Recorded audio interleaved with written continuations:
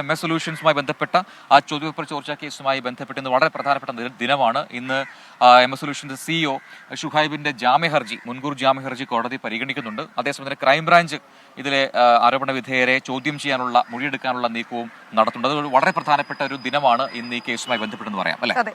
കോഴിക്കോട് നിന്ന് സമീർ സി മുഹമ്മദാണ് ചേരുന്നത്. Sameer, very very very good morning. ഈ കേസുമായി ബന്ധപ്പെട്ട ഒരു വശത്ത് മുൻകൂർ ജാമ്യഹർജി, മറുവശത്ത് ഈ രണ്ട് അധ്യാപകർക്ക് ചോദ്യം ചെയ്യലിന് നോട്ടീസ് നൽകിയിട്ടുണ്ട്. ഇന്ന് ഹാജരായില്ലെങ്കിൽ എന്ത് സംഭവിക്കും? ഈ കേസുമായി ബന്ധപ്പെട്ട ഏറ്റവും പുതിയ അപ്ഡേറ്റ്സ്.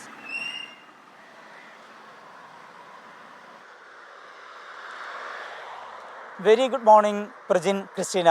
വളരെ സുപ്രധാനമായ ഒരു ദിവസം തന്നെയാണ് ഈ കേസുമായി ബന്ധപ്പെട്ട് MS സൊല്യൂഷൻസ് CEO ഷുഹൈബിൻ്റെ മുൻകൂർ ജാമ്യാപേക്ഷ കോടതി ഇന്ന് പരിഗണിക്കുകയാണ്. കോഴിക്കോട് ജില്ലാ സെഷൻസ് കോടതിയാണ് ഈ അപേക്ഷ പരിഗണിക്കുന്നത്. നേരത്തെ ഇത് പരിഗണിച്ചിരുന്നുവെങ്കിലും ഇന്നേക്ക് ഇത് മാറ്റിവെക്കുകയായിരുന്നു. വളരെ പ്രധാനപ്പെട്ട ഒരു ദിവസമായി, ഷുഹൈബിൻ്റെ ജീവിതത്തിൽ തന്നെ വളരെ പ്രധാനപ്പെട്ട ഒരു ദിവസമായി ഇത് മാറുമെന്നതിൽ സംശയമില്ല. പ്രത്യേകിച്ചും ഈ കേസിൽ പ്രതി ചേർത്തതോടുകൂടെ ഈ വ്യക്തി ഒളിവിൽ പോയിരുന്നു, ഷുഹൈബ് ഒളിവിൽ പോയിരുന്നു. ഷുഹൈബിനെ കണ്ടെത്താൻ വിപുലമായിട്ടുള്ള അന്വേഷണവുമായി പോലീസ് മുന്നോട്ട് പോവുകയാണ്. അദ്ദേഹത്തിൻ്റെ വീട്ടിലും അതുപോലെ തന്നെ വിവിധ ഇടങ്ങളിലെ ഓഫീസുകൾ, കൊടുവള്ളിയിലും അതുപോലെ മുക്കത്തുമൊക്കെയുള്ള ഓഫീസുകളിലും ക്രൈംബ്രാഞ്ച് സംഘം അന്വേഷണം നടത്തുകയും അദ്ദേഹത്തിൻ്റെ laptop, mobile phone, hard disk ഉൾപ്പെടെയുള്ളവ പിടിച്ചെടുക്കുകയും ചെയ്തിരുന്നു. തുടർന്ന് ഹാജരാവാൻ നിർദ്ദേശിച്ചിരുന്നെങ്കിലും അദ്ദേഹം ഒളിവിൽ പോവുകയാണ് ചെയ്തത്. തുടർന്നാണ് ക്രൈംബ്രാഞ്ച് സംഘം ലുക്കൌട്ട് സർക്കുലർ പുറപ്പെടുവിച്ചത്. ഈ വ്യക്തിക്ക് വിദേശത്തേക്ക് കടക്കാൻ കഴിയാത്ത വിധം, ഇദ്ദേഹത്തിന് എവിടെയും ഒളിവിൽ കഴിയാൻ പോലും കഴിയാത്ത വിധത്തിലേക്ക് കാര്യങ്ങൾ എത്തിക്കും എന്നാണ് അന്വേഷണ സംഘത്തിന് നമുക്ക് ലഭ്യമാകുന്ന വിവരം. പക്ഷേ ഇതുവരെയും പോലീസിനെ കണ്ടെത്താൻ കഴിഞ്ഞിട്ടില്ല, അന്വേഷണ സംഘത്തിന് ഈ പ്രതിയെ കണ്ടെത്താൻ കഴിഞ്ഞിട്ടില്ല. ഈ വേളയിൽ കൂടിയാണ് ഈ മുൻകൂർ ജാമ്യാപേക്ഷയിൽ ഇന്ന് കോടതി വിധി പറയുക. അങ്ങനെ വന്നു കഴിഞ്ഞാൽ സ്വാഭാവികമായും ഒരുപക്ഷെ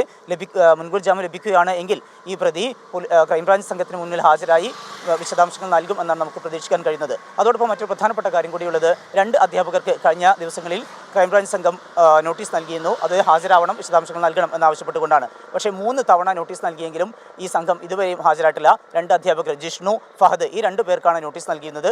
2 പേരും ഇതുവരെയും ഹാജരായിട്ടില്ല. ഇന്നാണ് ഇവർക്ക് നൽകിയിട്ടുള്ള അവസാന ദിവസം. ഇന്ന് കൂടി ഹാജരായില്ല എങ്കിൽ ഈ 2 പേരെയും കസ്റ്റഡിയിൽ എടുത്തുകൊണ്ട് വിശദമായി ചോദ്യം ചെയ്യും എന്ന കാര്യമാണ് ക്രൈംബ്രാഞ്ച് വ്യക്തമാക്കുന്നത്.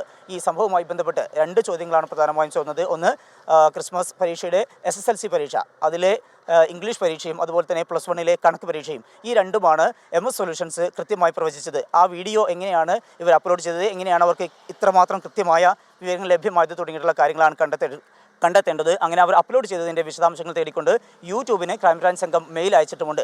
അതിന് കൂടി മറുപടി ലഭിക്കുന്ന മുറയ്ക്ക് ഇതുമായി ബന്ധപ്പെട്ടുള്ള അന്വേഷണത്തിൽ കാര്യമായ പുരോഗതി ഉണ്ടാകും എന്ന കാര്യമാണ് അന്വേഷണ സംഘം പ്രതീക്ഷിക്കുന്നത്.